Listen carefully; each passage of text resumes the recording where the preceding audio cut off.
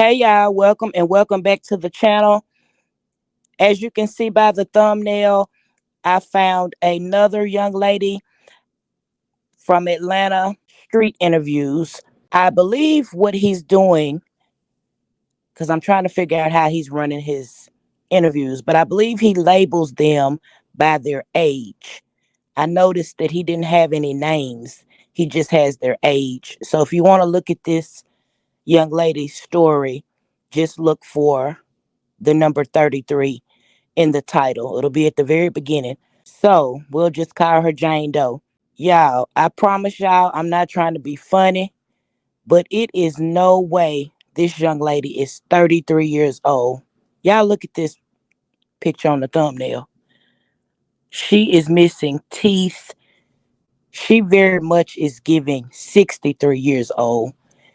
But I thought it was so rude of Marcus to tell her that she looks worse than she did a year ago. Apparently, he had interviewed her a year, prior, but he didn't post the interview on YouTube. So I was down in the comments, and there's actually people down in Atlanta that said that she would hang out. They saw her on the street corner in the Bankhead area. Now, according to her, she is from the Douglasville area. She was in college. She also has, I believe, 4 kids. And as you can see, this is her life now. It's really sad, but I just cannot believe that drugs have aged this lady that much. Y'all drop down in the comments. Does she look 33 to you guys? It's no way. And she was very offended. He called her a crackhead. She knows what she struggles with. She knows her addiction, but to embarrass her on camera and call her a crackhead and tell her she looks worse than she did a year ago, what was the point of that? So again, some of his interview questions and some of the things he says to me is very condescending and degrading. One thing I noticed he did with his editing, which showed that this young lady, she was not being honest about everything. I don't know why her story switched up, but she spoke on an SA when she was a kid a year prior. I believe she said she was 9 or 10 years old. But fast forward to the latest interview, she said nothing happened to her.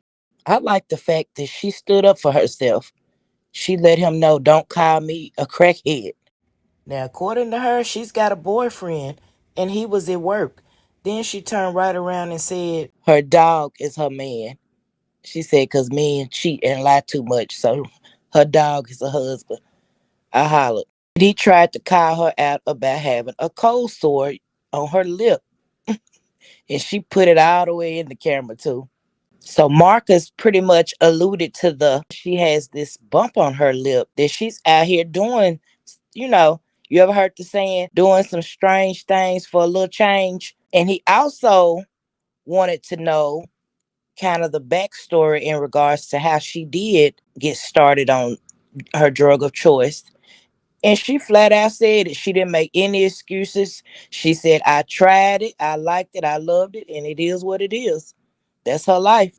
I pray this young lady, she gets some help. And she's got some beautiful hair. That was one thing that stuck out to me. Beautiful hair. She did end up sharing at the end of the story, her name was Amorous, because Marcus was being kind of pushy and wanting to know what she looked like before, asking her did she have any social media or anything. And I hollered when she told him to look her up in the Douglasville yearbook.